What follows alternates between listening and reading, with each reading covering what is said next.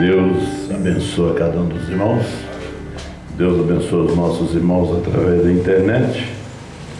E estamos felizes de estarmos mais uma vez no tabernáculo. E queremos dizer que nós fizemos assim uma viagem abençoada, né? Deus abençoe os irmãos aí no Capão da Porteira. Também nossos parabéns aí para a irmã Jaqueline, irmão Giovanni, pelo nascimento da menininha, né? Amanda. Ela me mandou ainda pelo WhatsApp a foto da menina. Deus abençoe. Podia sentar um pouquinho? Nós temos a visita do irmão Bruno e mais a irmã Marina. A irmã Marina, irmão Pedro, né? E nós vamos ouvir o irmão Bruno. O irmão Bruno vai falar uns 20 minutos para nós aqui. E hoje o irmão Jonathan não pôde estar conosco, mas Deus abençoe o irmão Romar, o irmão Vicente, né? Deus abençoe. Deus abençoe a todos, né? Então vamos, irmão Bruno, vem, fala aqui para nós um pouco, né?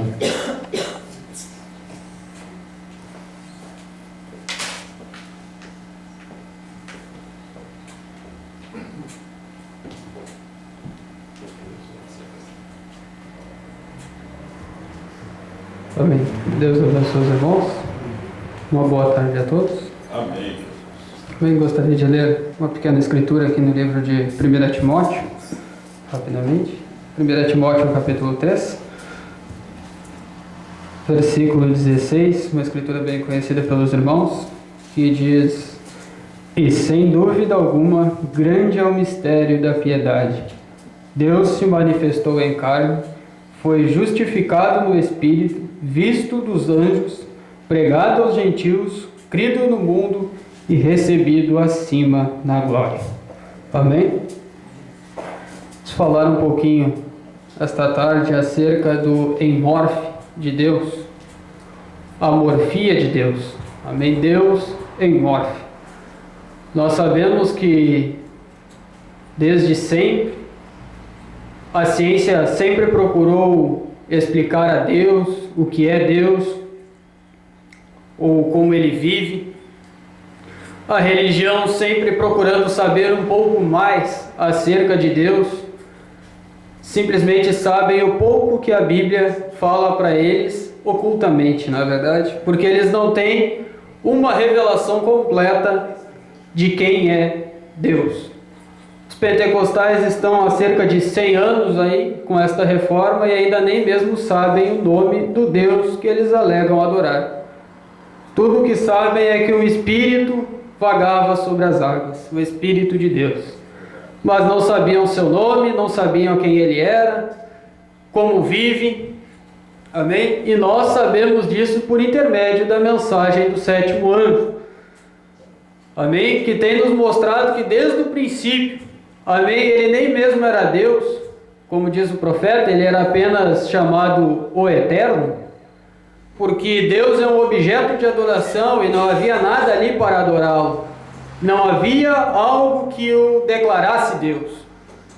Amém? Então ele começou criando todas as coisas, desde os anjos, criou a terra, os céus, amém? Desde os pequenos seres vivos até a sua criação mais perfeita, que foi o homem. Amém? Mas nele haviam atributos, diz o mensageiro. Atributos de querer ser salvador, querer ser um curador. Nele haviam atributos, você estava nele, você era um atributo de Deus. Amém? Por isso muitas vezes ouvimos os pregadores dizerem que nós somos eternos. E eterno nós pensamos que é aquele que não morre, mas eterno é aquele que também nunca teve um princípio. Você nunca teve um início, você nunca terá um fim. Você estava na mente eterna de Deus para começar, desde o princípio. Amém? E aquele Deus, certo dia, começou a mudar de forma. Este enmorfe que lemos, e sem dúvida alguma grande é o mistério da piedade. Deus se manifestou em carne, não tendo por usurpação ser igual a Deus, mas tomando forma de homem.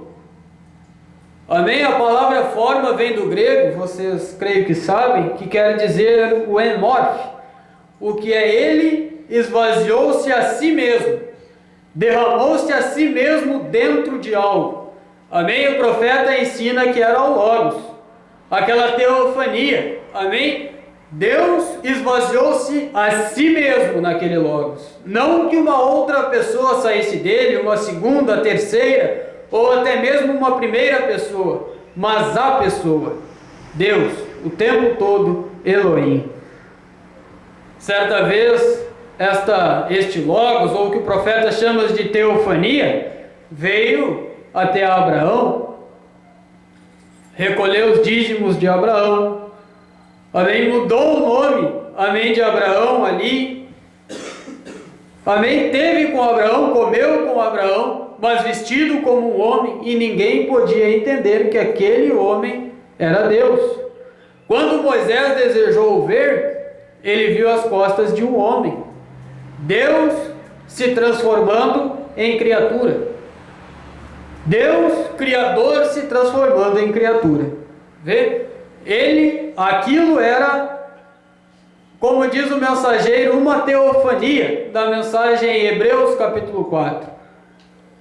Mas para Deus ser Salvador, ele precisava sangrar, porque isto era uma parte do seu drama, conforme diz o profeta. E espírito não pode sangrar.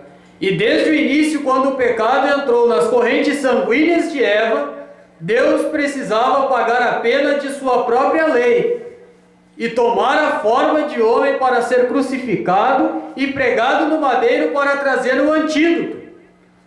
Trazer então a remissão dos pecados, porque sangue de profetas não salvaria, sangue de pombas não salvariam, aquilo apenas cobria o pecado do pecador, mas não poderia redimir o homem. Então Deus, em seu emorfe, trocando de forma, amém, ele mesmo habitando entre os seres humanos, não uma segunda pessoa como é pregado muitas vezes, amém, separando Deus e Jesus Cristo como duas pessoas distintas, separando, amém, como pai e filho, mas diz o profeta, ele cancelou-se a si mesmo de Deus, tomando forma de homem, amém, por isso disse Jesus, eu vim de Deus e volto para Deus. Ele saiu de uma forma divina para uma forma humana, e agora voltava outra vez para a forma divina, uma coluna de fogo, amém, a sua forma original, antes de se revestir em um tabernáculo de carne, amém. Jesus Cristo apenas expressava o Pai, ele expressava tudo o que Deus era. Quando quiseram ver o Pai, chegaram a ele e disseram, mostra-nos o Pai. Ele disse, eu estou há tanto tempo convosco e ainda não me conheces? Ele expressava tudo o que Deus era. Mas aquelas pessoas estavam cegas demais para verem aquilo, pois estavam firmadas em suas tradições, em seus credos, na lei, amém, estudiosos da lei. O Deus que havia dado a lei, que disse que não era para comer carne abafada com sangue, por exemplo, foi o mesmo Deus que se transformou homem, olhou para eles e disse, quem não comer da minha carne e não beber o meu sangue, não tem vida em si mesmo. Por que mataram o Senhor Jesus? Porque eles não conseguiam crer que aquele homem que tinha um nome tão comum, aquele homem que não tinha escolaridade nenhuma, que não sabia falar bem, queria fazer-se Deus sobre eles. Eu e o Pai somos um. Não vês que eu estou no Pai e o Pai está em mim? Por isso o crucificaram. E colocaram a culpa onde? Em Roma. Amém? Quando na verdade não foi o governador romano que crucificou Jesus Cristo. Pôncio Pilatos, amém? Não defendo ele, eu creio que é um grande hipócrita. Mas o maior culpado pela morte de Jesus Cristo não foi Pôncio Pilatos, foi o povo. Porque Pôncio Pilatos entregou a vida de Jesus Cristo nas mãos deles. Ali estava a palavra genuína e inspirada para o dia feita carne. E eles escolheram um assassino ao invés da palavra. E aqui estamos nós outra vez. diante do mesmo quadro, quando a palavra tem sido trazida a nós e entregada em nossas mãos. E o que temos feito com ela? Temos entregado a cruz como maldita? Amém? Colocaram a culpa em Roma, mas quem escolheu matar o Senhor Jesus foram os homens que caminharam com ele. Até hoje colocam a culpa no Papa, e em Roma, quantos maiores assassinos da palavra são os próprios crentes da mensagem. O profeta diz: eu acuso este bando de ministros pela segunda crucificação de Jesus Cristo. Ele não acusou o Papa e não acusou a Roma. Ele acusou os ministros por serem falsos, por não falar a verdade, por negar-se e esconder-se por um cargo. Amém? Eles estavam matando o Deus que eles alegavam adorar. Ali eles o crucificaram, diz a Escritura. Ali, no lugar mais santo, Jerusalém. Eles, o povo mais santo, os judeus, na festa mais santa, de celebração à Páscoa, mataram, crucificaram ao homem mais santo do universo, ao Deus mais santo de toda a terra. Crucificaram o Deus que alegavam adorar, porque estavam cegos demais para verem isto. Este homem, você diz que ele era Deus sobre nós? Eles não aceitavam uma liderança humana, porque Deus era homem agora. A liderança divina era a liderança humana, porque Deus havia se feito homem. E hoje é o mesmo quadro. Deus está bem aqui de frente para nós, trazendo sua palavra, mudando de forma outra vez. Diz o mensageiro 116 da mensagem Almas que estão em prisão agora: o ministério de Jesus Cristo reencarnado. Jesus Cristo reencarnado. Que é reencarnado? É o que já esteve em carne e voltou a estar em carne outra vez. Jesus Cristo está em carne hoje. E a liderança de Jesus Cristo é seguir a liderança de um homem. Caso contrário, você está jogando Jesus Cristo, a palavra, outra vez para a crucificação. Amém? Ele expressava aquela porção da Escritura. O Senhor Jesus chegou ali na sinagoga, abriu o livro, Isaías 62, e leu: o Espírito do Senhor Jeová está sobre mim, e me enviou a pregar aos cativos, pôr em liberdade os oprimidos. Amém? Cerrou o livro e disse: hoje se cumpriu esta Escritura. Se Branham tivesse feito isto, ele seria um falso, porque não era a sua porção da Escritura. Assim como o irmão Branham chegou, abriu o Apocalipse 10, 7, 1 a 7 e leu. Mas Jesus não leu o Apocalipse 10, 1 a 7. Quem leu foi William Branham. Eram porções diferentes da Escritura. Amém? O Senhor Jesus não pode tomar o lugar de Branham, e nem Branham pode tomar o lugar de Jesus, e nenhum dos dois pode tomar Apocalipse 10, 8 a 11, que é a Escritura do nosso dia, que faz referência a João. São porções diferentes da Escritura. Amém? Jesus Cristo cumpria aquela Escritura, ele manifestava aquilo.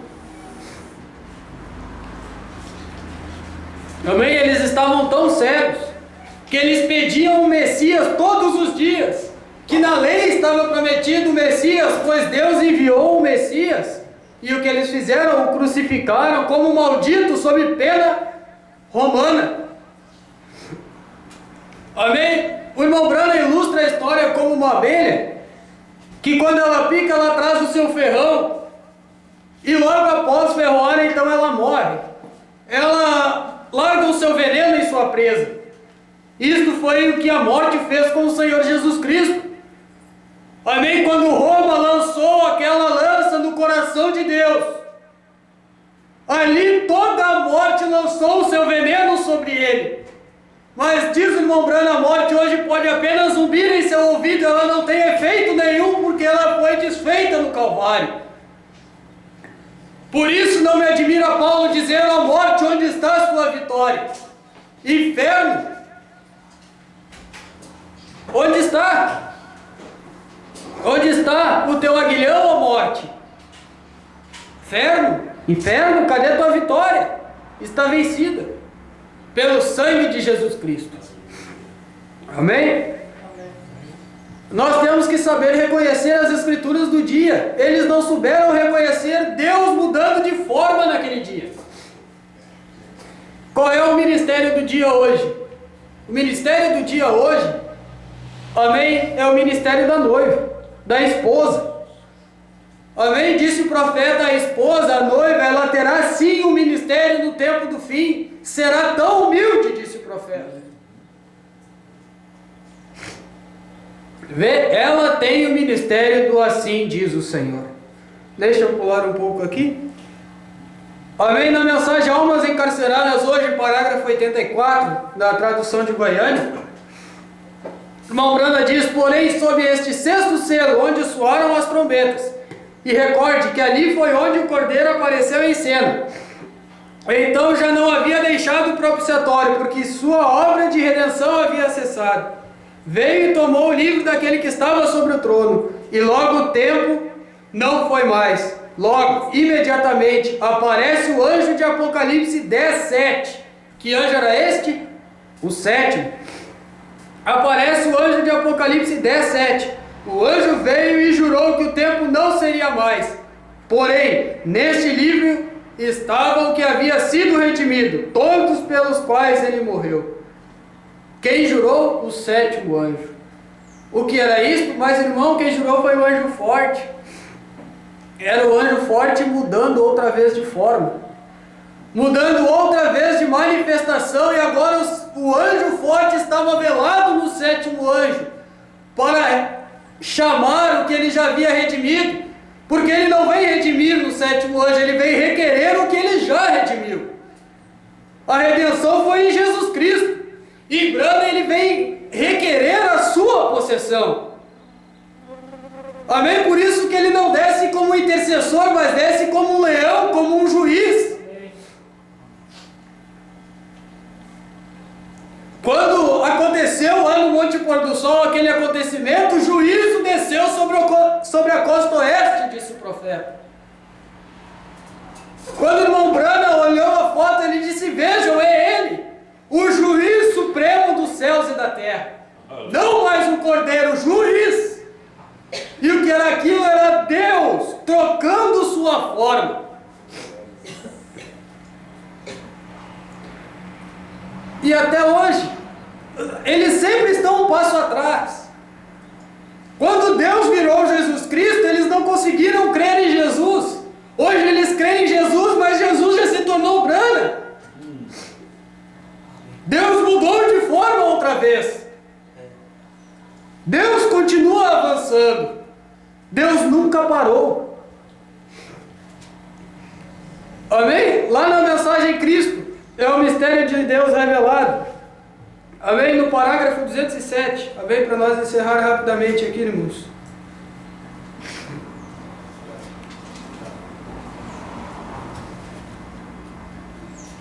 Amém? O profeta nos ensina. A revista Life então reuniu este círculo de nuvem e luz ali que eles não puderam entender. Eles não sabem nada.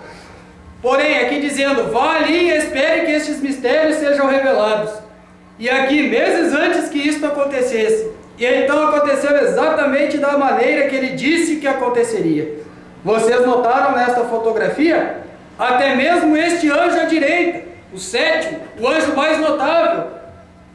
Vê, até mesmo este anjo à direita, quando ele estava sendo materializado. Um lado, ali, está bem ali na fotografia, precisamente. Você entende? Este anjo, bem da direita, o anjo mais notável, aquele que tinha o sétimo selo, disse o profeta, voou para mim, e o que ele fez se materializou. Deus se tornou matéria, porque sempre que a palavra é manifestada, é Deus se tornando material. Amém? Também no parágrafo 218, de almas que estão em prisão agora, o profeta diz: o número 13 é perfeição. O ministério chegou à sua perfeição quando reproduziu a Jesus Cristo novamente no natural entre os seres humanos. Não no espiritual, no natural. Jesus Cristo vivendo como homem outra vez. Amém? Por isso T.L. Osborne, quando deu seu testemunho, ele disse: se alguma vez Deus palmilhou as terras de Jeffersonville, foi através de William Branham. Amém? Deus estava palmilhando a terra outra vez. E nós poderíamos ir mais longe e sepultar o Filho do Homem hoje. Amém? Porque não adianta você querer comer a carne e o sangue de Jesus Cristo hoje. Amém? Nos tempos de William Branham, você tinha que comer a carne e beber o sangue de Branham. Porque ele era a mensagem encarnada e ensanguentada para o dia. Aleluia. Eles dizem que nós dizemos que não tem mais sangue. O livro é todinho sangue, diz o profeta. Amém. A noiva é sangue totalmente, diz o mensageiro. A diferença é, para você ter sangue, você tem que comer o livro. Então o sangue estará com você. A vida deste sangue, o Espírito Santo, o qual é a forma literal de Jesus Cristo. Deus abençoe os irmãos.